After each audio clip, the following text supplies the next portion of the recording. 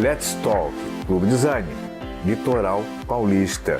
Nesta edição, no cenário de Casa Móveis. E o nosso convidado, Ciro Mariano. Ciro, um prazer falar com você. Faz um tempinho que a gente não se fala, hein?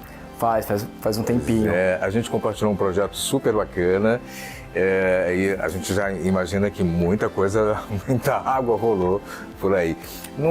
Nessas nossas conversas, aqui nas lojas, né, do Clube Design, a ideia é trazer um pouquinho da trajetória dos profissionais, mas também avançar um pouco conversando dentro desse cenário que a gente está apreciando, vivenciando aqui, compartilhando com o nosso público também, né?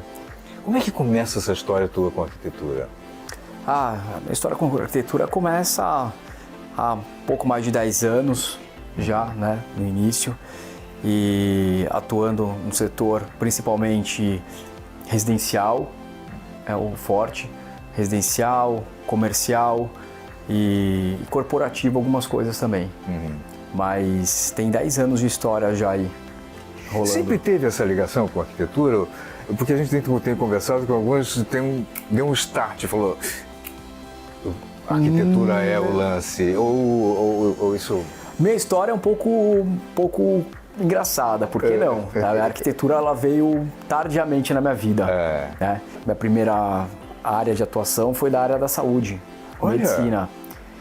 Medicina? Medicina, exatamente. Rapaz! E aí da medicina, formado em medicina em 2009, a partir daí eu tinha outras curiosidades, outras vontades, né, de estudar, e uma delas era arquitetura.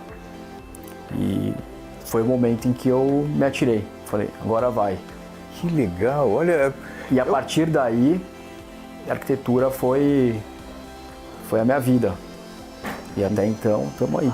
Você que vem da área de saúde, medicina e tal, a arquitetura mexe, na verdade, com o psicológico das pessoas, com o emocional, com toda uma questão.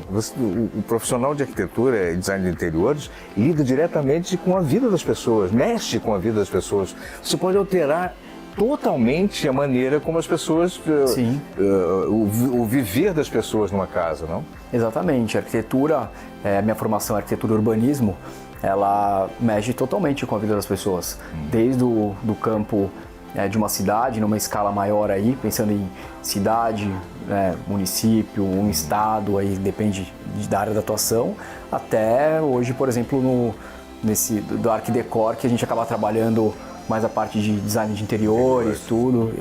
A arquitetura, de forma geral, é muito ampla, né? Isso é interessante, a gente nem sempre presta tanta atenção, porque claro que o foco da gente é muito mais individual, né, ou familiar, e a gente vai olhando mais a casa, né, a nossa casa, né? E naturalmente hoje o próprio conceito de morar mudou radicalmente, não é? Eu acho que a gente tem duas vertentes, não sei se você concorda comigo. Por um lado, aquelas famílias que precisam de casas maiores, né? E talvez por conta da pandemia perceberam isso e vão nessa linha, né? Uma outra vertente é o contrário, né? Os espaços menores, os lofts, os estúdios, e a gente vai reaprendendo a viver, né? De 150 metros quadrados para 40. Isso também é um desafio para o profissional, né? Muito, é um desafio. As pessoas estão cada vez mais, após pandemia, trabalhando em casa, né? Vivendo em suas casas de praia, conseguiram mudar o centro da cidade, das grandes cidades, para o litoral, para o campo, montanha. Isso é muito evidente. E em relação à escala de trabalho, é isso mesmo, os grandes centros hoje, lógico, sempre continuam ainda com os grandes apartamentos, né? O mercado de alto padrão, isso não para, está numa crescente, mas os apartamentos menores, eles vêm sim com uma tendência, principalmente para o público mais jovem, porque pelo custo de vida, o jovem hoje já não tem não almeja assim ter espaços tão grandes, uma vida mais prática, mais desprendida, então os espaços menores um principal desafio, são os espaços menores. E quando a gente pensa isso, e nós hoje estamos aqui gravando na de casa, E aqui a gente já percebe bem isso, né? Tanto você tem mobiliário para atender aquela casa maior, né? Um apartamento grande, onde eu tenho uma sala de jantar com 8 lugares, mas de alguma maneira você vai encontrar também lá o mobiliário menor, mais apropriado para espaços menores, mas sem perder a ideia do design, sem perder a ideia desse conforto, que é muito importante, né? Não importa o tamanho do meu móvel, eu preciso ter conforto. Precisa ter conforto, um espaço menor, além do design, principalmente a função, né? Você viabilizar a função. Então você consegue encontrar aqui na de casa, você acha facilmente os móveis para áreas menores e inclusive conseguir projetar determinados móveis para espaços. Então você acaba personalizando o espaço mesmo. Sempre tem gosto de trazer algumas perguntinhas que a gente costuma, que os seguidores do programa, né, acabam trazendo para a gente, né? Uma das coisas que eu já percebi que há uma dificuldade razoável, né, é, por exemplo, definir um sofá para minha casa, né? Até porque, novamente, eu tenho justamente espaços menores, paredes menores, aí você fala, como é que eu vou colocar um sofá confortável nessa parede de 1,80 m, ou sei lá, coisa do tipo, né? E aí, novamente, parece um desafio grande para o profissional também, né? Achar a equação boa. Sim, isso vai um bom briefing, né, com o cliente, entender qual que é o estilo de vida que ele quer, qual que é o estilo do apartamento, como que você vai projetar. Mas hoje você tem, os móveis a tecnologia ela avançou no setor imobiliário, então você consegue ter sofás hoje super confortáveis, compactos, diferente antigamente que eram verdadeiros trambolhos, né?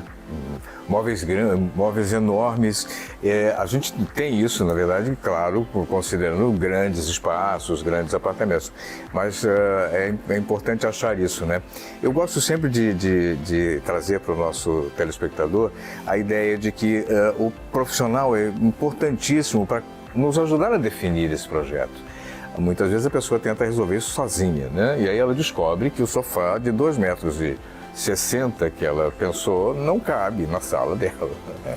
Isso é comum acontecer quando a pessoa resolve sozinha, né? Ah, sim. O problema quando a pessoa começa a resolver sozinha já vem desde do início do espaço, né? Na concepção do espaço, né? Desde a obra, entender as circulações dos ambientes, né? Não só entender todo o dimensionamento como um todo.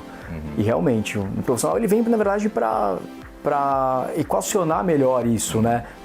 Trazer uma economia até para esse cliente. Perfeito. É isso que as pessoas elas deveriam entender. É uma economia, tá? Para orientar, ver qual é o melhor custo-benefício, o que se encaixaria melhor naquele espaço, como que viabilizaria melhor aquele ambiente. Esse é um ponto bacana para a gente entender. Você falou uma coisa legal.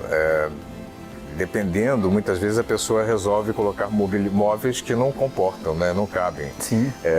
Uma mesa de centro onde não cabe uma mesa de centro, né? Você tem um espaço para o sofá, mas eu não tenho espaço para outros complementos. Muitas vezes eu quero justamente receber num espaço menor e aí a gente já percebe que vocês vão brincando com peças, essas peças multiuso, né? Puffs que viram... baús que viram puffs, ou uma sapateira. Isso é muito legal também, né? Sim, a função, né? Eu acho que hoje a gente não tem mais espaço para função que não seja hoje. Acho que a arquitetura ela tem que ser funcional. Não dá para, eu acho que hoje em dia a gente não tem mais tempo, espaço e dinheiro para desperdiçar, né? Então tudo é muito pensado. Perfeito. Bacana. Ciro, adorei nossa conversa, compartilhar um pouco com o nosso público da sua visão, né, sobre esse universo Art Deco, conhecer um pouquinho da sua história. Isso é muito legal. É isso que a gente tem feito, tem gostado muito de compartilhar com o nosso público um pouco desse contexto no nosso Let's Talk Clube Design Litoral Paulista. Hoje, direto aqui de casa, o nosso convidado, Ciro Mariano. Obrigado, Cláudio. Obrigado por participar do Let's Talk Clube Design Litoral e até a próxima. Até a próxima. Quero projetos, hein?